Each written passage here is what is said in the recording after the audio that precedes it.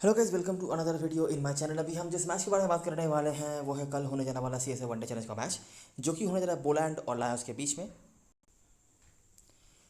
तो ये मैच जो है होने जा रहा है पोलैंड पार्क में, जो कि पर्ल में है। आपको ये पोलैंड वाला टीम पर्ल रॉक्स के नाम से दिखता होगा फैंटेसी साइट्स में, तो सेम ही है। ठीक है, यही टीम का नाम पर्ल रॉक्स होता है, ये होम ग्राउंड के नाम के हिसाब से। करंट सिचुएशन जो है, लायंस जो पिछले सीजन की चैंपियन है, बहुत ही बुरे हालत में चल रही है।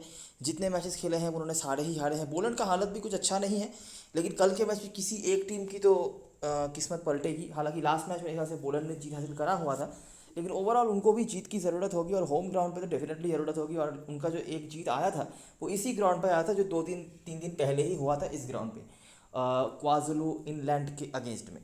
ठीक है, जिसको आप एईटी टस्कर्स के नाम से भी देखते होंगे कहीं तो वही है। ठीक है, तो लायंस को अगर यहाँ पे कुछ कमबैक करना है और कुछ चांसेस बना के रखने हैं नॉकआउट में पहुँचने का, तो जीत तो दर्ज करनी ही पड़ेगी। और अचानक से ही ये टीम जो पिछले सीजन की इतनी बड़ी चैंपियन रही है, अचानक से ही इतना ज़्यादा मोमेंटम मतलब गिर कैसे गया, ये समझ नहीं आ रहा है। मतलब एक आध प्लेयर का तो ऑफ फॉर्म चलता भी है, पूरी टीम ही एकदम आउट ऑफ कलर दिख रही है। फिर भी लास्ट मैच में उन्होंने बल्लेबाजी अच्छी करी थी और बॉलिंग भी स्टार्ट तो बहुत बढ़िया करा था उन्होंने दुआने ऑलिवियर के ज़रिए। लेकिन जैसे जैसे मैच आगे बढ़ता गया और उन्होंने मैच का पकड़ खो दिया और एक हारी हुई मैच जीत के ले गई थी। आपको याद ही होगा वॉरियर्स की टीम ने, जो मैच हमने कवर भी करा था। तो अभी देखते हैं क्या क्या चीज़ें हैं। ऑब्वियसली पोलैंड भी नई टीमों में से है, तो हेड टू हेड रिकॉर्ड ज़्यादा आपको मिलेगा नहीं। ग्राउंड के बारे में कुछ बातें हम करेंगे और कुछ प्लेयर्स आपके लिए काफ़ी इंपॉर्टेंट रखेंगे सारे एनालिसिस एंड होने के बाद। तो देखते हैं क्या क्या चीज़ें हैं, और कुछ मैं बात करूंगा मोमेंटम वनडे कप के टाइम की कुछ चीज़ें जो भी आपके लिए काफ़ी रेलिवेंट हो सकती हैं। आखिरी 5 मैच अब तो हुए नहीं है, 2 मैच हुए हैं, तो वो दोनों ही मैच लायंस की टीम ने जीत हासिल करा है। इस ग्राउंड पे रिकॉर्ड अच्छे नहीं हैं पोलैंड की तरफ से, तो पिछले 2 सीज़न में सिर्फ एक एक मैच वो जीते हैं, बाकी के मैच वो हारे हैं। पिछले सीजन में 4 में से 3 हारे हैं और सेकेंड लास्ट सीजन में 3 में से 2 हारे हैं। अगर हम हेड टू मैचेस की बात करें तो सेकेंड लास्ट मैच और आखिरी मैच जो इस ग्राउंड पे हुआ था इन दोनों टीमों के बीच में, बॉलर ने बनाया था 224 रन। फॉर्चून जो बहुत इंपॉर्टेंट प्लेयर है कीपर सेक्शन में, लोग शायद ही होंगे जो शायद इनको नहीं ले, लेकिन हो सकता है अगर लोग दोनों कीपर नहीं लेना चाहते तो शायद इनको लोग नहीं ले, लेकिन इनके रिकॉर्ड्स बहुत अच्छे दिखेंगे आपको, स्पेशली इस ग्राउंड पे। तो उन्होंने कुछ रन बनाए थे। और पीटर मरान एक और नाम जिनको थोड़ा थोड़ा करके लोग शायद इग्नोर कर भी सकते हैं, लेकिन हम बातें करेंगे इनके बारे में भी। बाकी सिबोटो जिनका रिकॉर्ड बहुत बढ़िया है, और ये जब पहले मोमेंटम वनडे कप भी हुआ करता था तब भी इन्होंने बहुत बढ़िया बॉलिंग करा के रखी हुई थी इस ग्राउंड पे। टीम तो चलो अलग होते थे, लेकिन ग्राउंड पे इनके रिकॉर्ड अच्छे रहते थे। और अभी हेड टू हेड में भी आप देखोगे कि इनके रिकॉर्ड काफ़ी अच्छे हैं। मगारा अवेलेबल नहीं है, फिर से वही इंजरी, जिस इंजरी की वजह से वो सीजन की शुरुआत से नहीं खेल पाए थे, उसी इंजरी की वजह से वापस से वो बाहर हो चुके हैं। लायंस ने यहाँ पर मैच चीज कर लिया था, जिसको लीड करा था रिचर्ड्स और डोमिनिक हेनरिक्स ने। बाकी रीजा हेनरिक्स अवेलेबल नहीं है। बोलने में से वॉनबर्ग एक और नाम होंगे जो आपके लिए काफ़ी इंपॉर्टेंस रखेंगे। तो लो स्कोरिंग एनकाउंटर था, जहाँ पर लायंस ने काफ़ी आराम से चेस कर लिया, बॉलिंग भी बढ़िया करी, बैटिंग भी बढ़िया करा और मैच जीत लिया। जोहान्सबर्ग में मैच हुआ था, यहाँ पे भी लायंस ने बल्लेबाजी अच्छी करी थी। यहाँ पे भी रीजा हेनरिक्स के शोर हैं। रिकल्टन जो कि अच्छे रिकॉर्ड्स होल्ड करते हैं इस ग्राउंड पे, हमने बता के रखा ही हुआ था बहुत बार। इवन जोन्स जो कल के मैच में खेल सकते हैं, स्क्वाड में तो वो रहेंगे, लेकिन खेलेंगे या नहीं देखना पड़ेगा इनके कुछ स्कोर से। बाकी बॉलर में से विल जॉन एक और बहुत इंपॉर्टेंट प्लेयर, और ना सिर्फ बहुत important player, captain versus material भी, क्यों आगे पता चलेगा आपको। और वॉनबर्ग के परफॉर्मेंस रहे हैं, बॉलर 182 पर निपट गई है। दोनों ही मैच में जो कॉमन चीज़ है कि लायंस की टीम डोमिनेटिंग रही है, जीती भी है, मतलब ऐसा नहीं कि क्लोज मैच हुआ होगा। बैटिंग भी बहुत बढ़िया करा, चेस करा लो वहाँ भी अच्छा, बैटिंग फर्स्ट में भी अच्छा। और बॉलर की बैटिंग अच्छी नहीं रही है। पहले मैच में 223 पर निपट गए और यहाँ पे 182 पर वो निपट गए। हालांकि रन रेट उतना बुरा नहीं था, लेकिन फिर भी जो भी है, वॉनबर्ग के कुछ स्कोर्स आए 47 के, तब जाके 182 तक पहुंचा मामला, नहीं तो 150 के नीचे भी निपट सकते थे।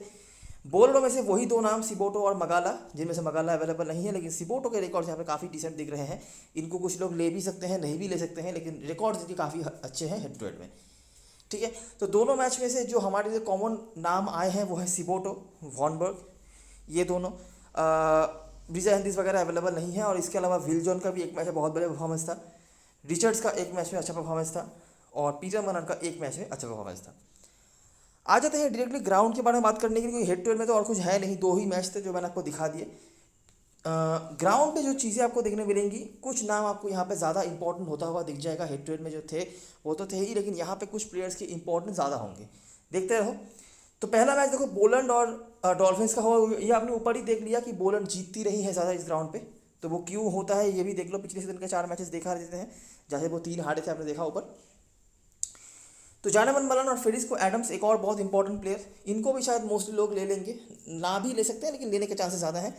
पेसर्स यहाँ पे मोस्टली आपको विकेट लेते हुए दिख जाते हैं, स्पिनर्स का उतना रोल नहीं रहता अनलेस कि वो बिल्कुल स्ट्रेटर बॉलिंग वगैरह कराते हैं, स्पिन पे डिपेंड नहीं करते, जो पता ही होगा मैं कौन से बॉलर्स की बात कर रहा हूँ। तो ऐसे बॉलर्स हो सकते हैं, लेकिन बाकी हेल्प तो कुछ नहीं है स्पिनर्स के लिए। 208 बना था बॉलर ने और डॉल्फिन्स ने मशक्कत करके ही सही लेकिन जीत हासिल कर लिया। विल जॉन के यहाँ पे हालांकि 2 विकेट से और वॉर्नबर्ग का परफॉर्मेंस रहा है। अगले मैच में भी उन्होंने पहले बल्लेबाजी करी जो टाइटंस के आगे से मैच था। यहाँ पे भी आपको वॉर्नबर्ग और एडम्स के कॉन्ट्रीब्यूशंस देखने मिलते हैं, पेसर्स का अपर हैंड, स्पिनर्स के साथ कुछ कुछ विकेट्स हैं। टाइटंस ने काफ़ी आराम से मैच चेस कर लिया, लेकिन 4 जो विकेट गिरे थे चारों ही विकेट विल जॉन के खाते में। ऊपर भी हमने विल जॉन को देखा था, विल जॉन तो एनीवेज है लेकिन उनका इंपॉर्टेंस कितना ज़्यादा हो रहा है वो अभी नोटिस करो। 6 विकेट 2 मैच में उनके खाते में। यहाँ पे नॉर्थ वेस्ट को यहाँ पे 138 पे रोक दिया था, यहाँ पे विल जॉन नहीं खेले थे, तो वॉर्नबर्ग और एडम्स आके ये दोनों ही बहुत इंपॉर्टेंट रोल प्ले कर रहे हैं। बैटिंग से भी कंट्रीब्यूशन है, बॉलिंग से भी है, चेस कर लिया। जहाँ पे फॉर्चून और कोपलैंड के परफॉर्मेंसेस आपको दिख जाते हैं, पेसर्स के ज़्यादा विकेट। लास्ट मैच जो हुआ था इस ग्राउंड पे, वहाँ पे वेस्टर्न प्रोविंस ने 246 का स्कोर खड़ा किया था। एडम्स के यहाँ पे भी 2 विकेट थे विल जॉन और वॉर्नबर्ग के साथ। बॉलर ने यहाँ पे भी वो निपट गए 172 पे, जहाँ फॉर्चून के रन थे, और पेसर्स के साथ स्पिनर्स के ज़्यादा विकेट यहाँ पर रहे हैं। मतलब बॉलर्स के ज़्यादा विकेट लिए होंगे, स्पिनर्स ने जो भी है लिंडे वगैरह खेल रहे थे तो उनके भी। तो जैसे कि आप देख सकते हैं पिछले सीजन तक के जो मैचेस हुए हैं 4 मैचेस, यहाँ पे ज़्यादा रन की तो बात छोड़ ही दो, 250 रन तक भी नहीं बना। 246 मेरे ख्याल से हाईएस्ट स्कोर है। अगर मैं इसके आगे जाऊँ तो नहीं, जी हाँ 246 तक ही हमने हाईएस्ट बनते हुए देखा था, और वो भी चेस नहीं हुआ। चेस करना यहाँ पे थोड़ा मुश्किल ही हो रहा है, मतलब डिफेंड करना थोड़ा मुश्किल हो रहा है, और बैटिंग फर्स्ट में हमने कम ही रन बनते हुए देखे हैं।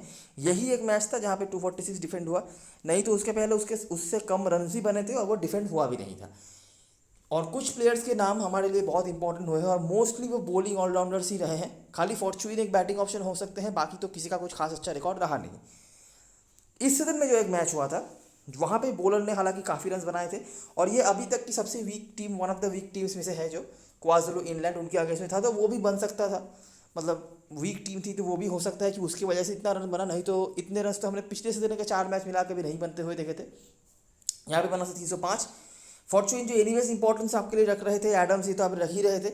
जानेमन मलान के भी स्कोर यहाँ पर है। पीटरसन जो अच्छा कर रहे हैं इस टीम में ज्वाइन होने के बाद से रिसेंट कुछ मैचेस में, और जॉन्कर के कुछ फिनिशेस थे। पेसर्स से ज़्यादा विकेट यहाँ पर हालांकि स्पिनर्स ने निकाले थे, और यहाँ पे 223 पर निपटा भी दिया था टीम को। एडम्स, वॉर्नबर्ग, इनका नाम तो आपने देख ही लिया। एम जीवा ने भी यहाँ पर विकेट निकाला था महिमा के साथ, लेकिन विल जॉन का नाम फिर से है, और विल जॉन अभी तक इस ग्राउंड पर विकेटलेस नहीं गए हैं। अगर मैं पिछले सीजन तक से बात करूँ तो इस ग्राउंड पे वो विकेटलेस नहीं गए हैं, और 4 मैचेस जो आपने टोटल देखे 5 में से जो खेलने हैं उन्होंने, वहाँ पर उन्होंने 11 विकेट्स निकाले हैं, और इनमें से सिर्फ एक मैच ऐसा गया जहाँ पर उन्होंने बंचेस में विकेट नहीं निकाला, मतलब मिनिमम 2 विकेट नहीं निकाला। तो बहुत बढ़िया रिकॉर्ड होल्ड करते हैं। इसके अलावा वॉर्नबर्ग, एडम्स का तो आपने देख ही लिया। बैटिंग में खाली फॉर्चून है जो कंसिस्टेंटली रहे हैं, और लास्ट मैच में हमने ये जानेमन मलान वगैरह को देखा है, जानेमन मलान, पीटरसन वगैरह को देखा है। ठीक है, तो बस यही चीज़ें हैं। पेसर्स का यहाँ पे ज़्यादा रोल रहता है, स्पिनर्स का उतना नहीं, लेकिन वॉर्नबर्ग क्योंकि बैटिंग कर लेते हैं तो वो आपके लिए इंपॉर्टेंट हो जाते हैं। और Boland as a batting side उतना अच्छा नहीं कर पाई है पिछले 2 सीजन में, जिसकी वजह से वो ज़्यादा मैच यहाँ पर हारे हैं। बॉलिंग फिर भी उतना बुरा नहीं है, लेकिन बैटिंग उतना अच्छा नहीं हुआ है, जिसकी वजह से चीज़ें उनके लिए अच्छी नहीं गई हैं। अगर मैं अभी कुछ और बातें भी आपको बताऊंगा जो कि मोमेंटम वनडे कप से रिलेटेड होगा, लेकिन रिकॉर्ड्स की अगर मैं बात करूँ जो रिलेवेंट है आपके लिए वो यहाँ तक का है। ठीक है, हेड टू हेड के 2 मैचेस और ग्राउंड में जो रिसेंट 5 मैचेस हैं वो देख के हमने कुछ तो आइडिया लगा लिया कि क्या क्या हम सोच सकते हैं, किस तरीके से सोच सकते हैं, और कौन से टाइप के प्लेयर आपके लिए इंपॉर्टेंट हो सकते हैं। अभी हम आ जाएंगे प्लेइंग 11 के बारे में बात करने के लिए। और लायंस की तरफ से एक जो फोर्स चेंज होगा वो है मगाला नहीं खेलेंगे, तो उनके जगह पे इवन जोन्स आ सकते हैं। बाकी रिकॉर्ड्स जिनके हैं उनमें से जो प्लेयर्स की मैं नाम बताना चाहूँगा नोटिस करना। देखो, रिकल्टन कीपर सेक्शन में होंगे तो कीपिंग के पॉइंट्स वो देते ही हैं, और अगर कंपैरिजन करा जाए तो एनीवेज रिकल्टन आपके लिए बेहतर ऑप्शन होते हैं। सारी चीज़ें अगर आप जज करो, जो भी करो, तो वो है। तो लास्ट मैच में 99 भी बनाया हुआ है। हालांकि इनका बेस्ट परफॉर्मेंस इनका जोहानिसबर्ग में होता है, तो कैप्टन वाइस कैप्टनसी के लिए आप इनको कंसिडर करो ना करो, लेकिन टीम में तो डेफिनेटली रखना ही है। उसके बाद जोशुआ रिचर्ड्स हैं, डोमिनिक हेनरिक्स का 1 रन है, जोशुआ 1 मैच में रन है, जोशुआ रिचर्ड्स का भी 1 मैच में रन है हेड टू हेड में। बाकी इससे ज़्यादा कुछ नहीं है, मैं बता नहीं सकता। जिसके बारे में बता सकता हूँ वो है ज़ुबैर हमज़ा। ज़ुबैर हमज़ा पहले खेलते थे केप कोबरा के होकर, और ये ground one of the home ground हुआ करता था केप कोबरास का, और इस ग्राउंड पे काफ़ी अच्छे रिकॉर्ड होल्ड करते थे ज़ुबैर हमज़ा। इवन जब मोमेंटम वनडे कप भी हुआ होगा तब भी वहाँ पे इन्होंने 2 मैच जो खेले हैं 40-30 के आसपास स्कोर बना के रखे हुए हैं, और लास्ट मैच में भी थोड़े बहुत मोमेंटम उन्होंने गेन करा हुआ है। ठीक है, तो कंसीडर करने वाले ऑप्शंस हैं। हो सकता है कि बड़े रन्स जिन्होंने बनाए हैं जैसे कि डोमिनिक हेनड्रिक्स हो गए या जोशुआ रिचर्ड्स हो गए, इनके बीच में लोग शायद हमजा को कंसीडर ना करें, लेकिन हमजा एक ऑप्शन है और इनको इस ग्राउंड का काफ़ी एक्सपीरियंस है, तो वो इनको एडवांटेज दे सकता है। मुल्डर मैंने बताया हुआ था कि मुल्डर इस टूर्नामेंट में उतने काम पे आते नहीं हैं। सिर्फ जिस मैच में हमने उनको ये बात बताया था उसी मैच में उन्होंने 100 मारा है, लेकिन उसके आजू बाजू अगर आप देखोगे तो मुल्डर का कुछ भी ऐसा नहीं ज़रूरत पड़ा है। हालांकि टीम तो एनीवेज हारी है, लेकिन मुल्डर का ऐसा कुछ कंट्रीब्यूशन किधर भी नहीं आया है। देखते हैं आगे। वैन ब्यूरन एनीवेज आप नहीं ले पाओगे, छोड़ दो, बात करने का मतलब नहीं है। फॉर्चून इंपॉर्टेंट है और इनको विकेट निकालना आता भी है, थोड़ी बहुत बैटिंग भी कर लेते हैं, अगर स्पेस मिले तो कंसीडर करा जा सकता है। लेकिन देखते हैं आगे, ऑलराउंडर सेक्शन में ऑलरेडी काफ़ी जैम होने वाला है।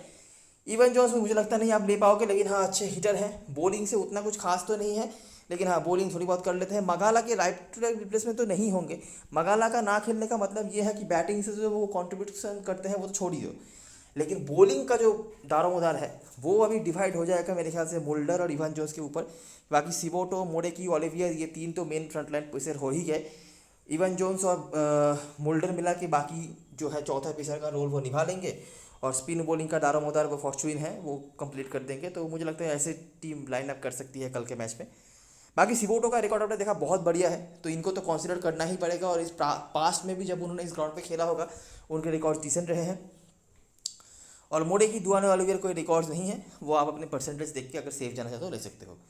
तो यहाँ से जो प्लेयर्स हमारे लिए हमारे टीम में होंगे वो हैं रिकल्टन कीपर सेक्शन से, डोमिनिक हेनड्रिक्स, अब आपका ना डोमिनिक हेनड्रिक्स नहीं, हमजा की मैंने बात कर रहे थे, तो हमजा।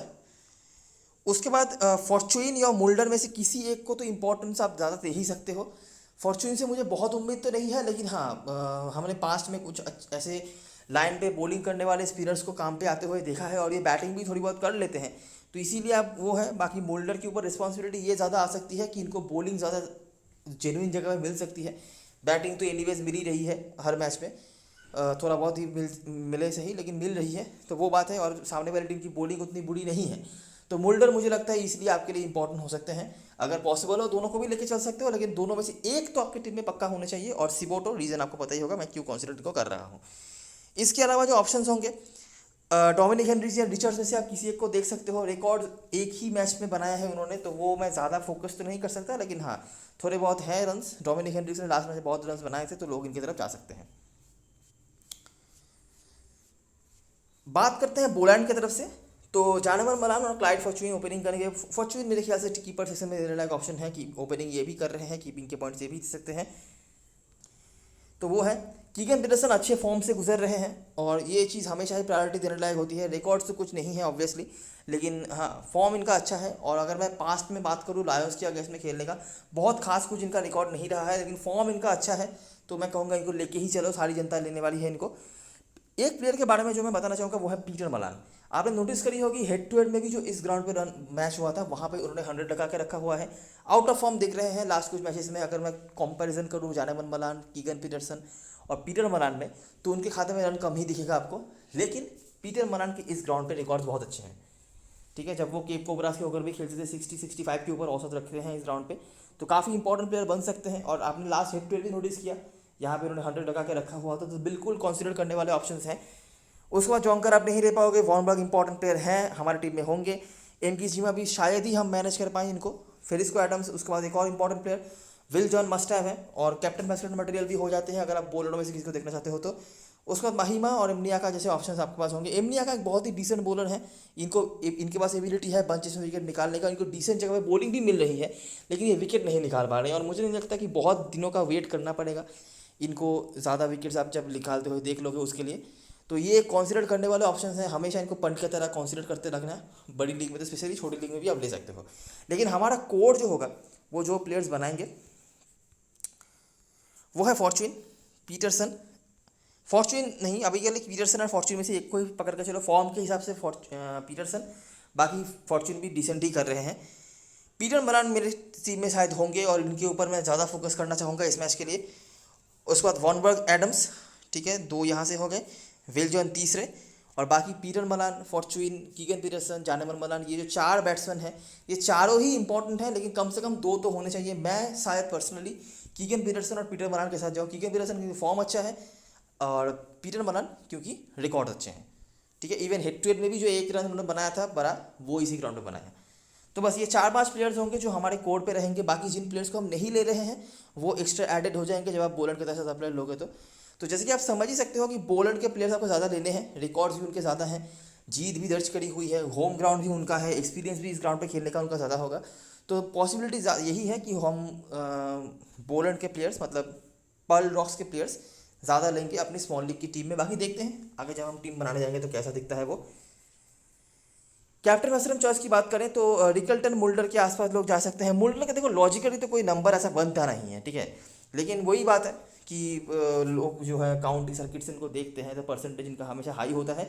बाकी इनका रोल बहुत नहीं आता है, हालांकि कल के मैच में आ सकता है क्योंकि सामने वाली टीम की बॉलिंग अच्छी है, जिनको प्रॉपर बैटिंग भी शायद मिल जाए। और मगाला नहीं खेल रहे हैं तो अगर कोई प्रॉपर बॉलर नहीं खेलते उनके जगह पे, इवन जो कि प्रॉपर बॉलर नहीं है, तो मोल्डर का रोल विद द बॉल भी ज़्यादा हो जाएगा। उसमें फॉर्चून, डोमिनिक हेनरिक्स या रिचर्ड्स, आप जो भी समझ लो, लास्ट मैच रन बनाए थे उन्होंने। हमजा, रीजन मैंने बता दिया। सिबोटो भी आपको समझ में आ गया होगा क्यों यहाँ पे वेरी रिस्की ऑप्शंस में है। बॉलर की तरफ से जानेमन मलान और एडम्स के आसपास लोग जा सकते हैं। उसके बाद will John. Captain vice captain मुझे लगता नहीं विल जॉन को कोई बनाएगा, लेकिन 100% सबके टीम में होंगे।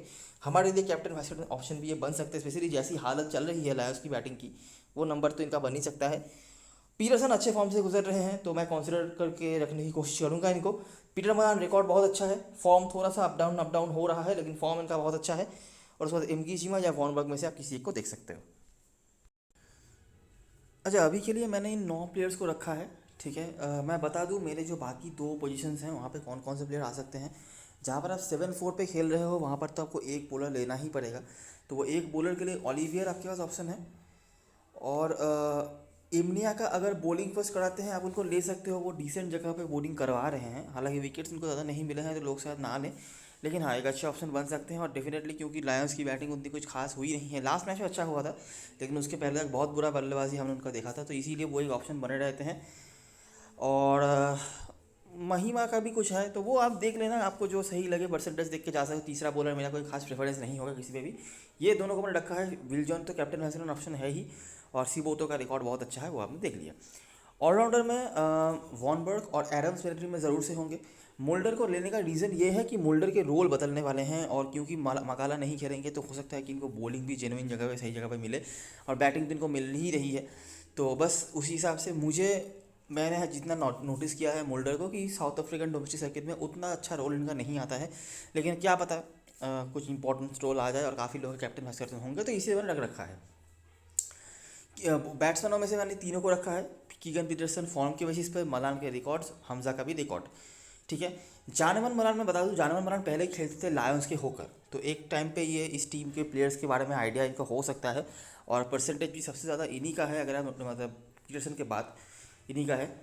अगर आप वो नोटिस करोगे तो सेफ प्लेयर हो जाएंगे। तो अगर आपको सिलेक्शन करना है तो ये ज़ुबैर हमजा और जानेमन मलान में से आप किसी एक को ले सकते हो, ठीक है। पॉसिबल हो तो चारों बैट्समैन को ही लेकर चलना, अगर नहीं पॉसिबल हो तो किसी एक को ले सकते हो। कीपर सेक्शन में मैंने फॉर्चून को रखा है, रिकल्टन को मैंने नहीं रखा है। हालांकि रिकल्टन की परसेंटेज मुझे लगता है अगर दोनों कीपर में से एक को लेना होगा तो लोग रिकल्टन को ही पहले लेंगे, लेकिन जितना मेरा ऑब्जर्वेशन है कि रिकल्टन का बेस्ट परफॉर्मेंस जोहानिसबर्ग में आता है। लेकिन फिर भी मैं कहूँगा कि रिकल्टन को कोशिश करना, हार्डली कोशिश करना कि आप लेके चल सको, क्योंकि ये बहुत बड़े प्लेयर हैं और उनके पास बड़ी इनिंग्स खेलने की भी एबिलिटी है, ठीक है। और कीपिंग के पॉइंट्स जो देंगे वो तो है ही। तो कोशिश मेरा यही रहेगा कि मैं यहाँ से दोनों कीपर को लेकर चलूँ, ठीक है। और मिनिमम तो ये जो 4 बैट्समैन मैंने बताया उनमें से 3 तो आपकी टीम में होंगे ही, अगर पॉसिबल हो, जहाँ पर 10+1 है वहाँ पर आप 4 बैट्समैन को भी ले सकते हो। ऑलराउंडर में से वॉर्नबर्ग और एडम्स को मैं नहीं छोड़ूंगा, बॉलर में से इन दोनों को नहीं छोड़ूंगा। बाकी मुल्डर को आप वो कर सकते हो, चेंज कुछ कर सकते हो। और अगर आपको बॉलरों में से कोई एक्स्ट्रा कुछ लेना है तो आप ले सकते हो। ओलिवियर ही है जिनका परसेंटेज ज़्यादा है, बाकी तो कोई मतलब ऐसा कोई प्रेफरेंस नहीं है मेरा। बाकी आप जिसके सपोर्ट में टीम बना रहे हो उस हिसाब से देख सकते हो। कैप्टन ऑप्शन चॉइस की बात करें, क्रिस्टल क्लियर कैप्टन ऑप्शंस नहीं है। अगर आपको सेफ ऑप्शन देखना है तो ऑलराउंडर्स में से वो वॉर्नबर्ग, एडम्स हो जाते हैं, लेकिन मेरे ख्याल से बॉलरों में से विल जॉन एक बहुत अच्छे ऑप्शन है। अगर आप लास्ट मैच छोड़ दोगे, उसके पहले तक लायंस की बैटिंग बहुत ख़राब रही थी, तो वो लॉजिक भी यहाँ पे काम पे आ सकता है। वाइस कैप्टनसी के लिए या तो आप पीटर मरान के साथ जा सकते हो, जिनके रिकॉर्ड्स इस ग्राउंड पे काफ़ी अच्छे रहते हैं। इवन जो एकमात्र रन, बड़ा रन उन्होंने इस फिक्सचर में ही बनाया हुआ है हेड टू हेड में, वो भी इसी ग्राउंड पे था, तो वो एक अच्छा ऑप्शन बन सकता है। कीगन पीटरसन जिनका फॉर्म काफ़ी अच्छा है, वो भी एक ऑप्शन बन सकते हैं। तो ये, और दोनों ऑप्शन बैटिंग से हैं। बॉलर में से मैं फिल जॉन्स का बारे में बता दिया, और ऑलराउंडर में से आपने देख ही लिया वॉनबर्ग और एडम्स। लायंस की तरफ से ऐसा कुछ क्रिस्टल क्लियर नहीं है किसी का भी रिकॉर्ड। सिबोटो एक हो सकते हैं, लेकिन वो बहुत रिस्क हो जाएगा, लोग टीम में भी ना रखे शायद इनको। अगर आप कैप्टन भास्कर बनाने लग गए तो बहुत रिस्क हो जाएगा वो। लेकिन हाँ, रिकॉर्ड्स अच्छे हैं, तो मैंने बता दिया। ओवरऑल भी इस ग्राउंड में वो अच्छा ही करते हैं, ठीक है। Crystal clear captain Bhaskar option नहीं है, आप कितना रिस्क ले पाते हो उसके ऊपर आपका रिवार्ड डिपेंड करता है। बस यही है चीज़ें। आई होप आपको सब कुछ समझ में आ गया होगा। तो ये रही सारी एनालिसिस और सारी चीज़ें। अगर आपको वीडियो पसंद आया हो तो लाइक ज़रूर करना, सब्सक्राइब कर लेना चैनल को, टेलीग्राम चैनल पे ज़रूर ज्वाइन हो जाना, क्योंकि लास्ट मोमेंट पे सारी अपडेट्स वहीं पे आने वाली हैं। तब तक के लिए best luck for this match and good bye for now.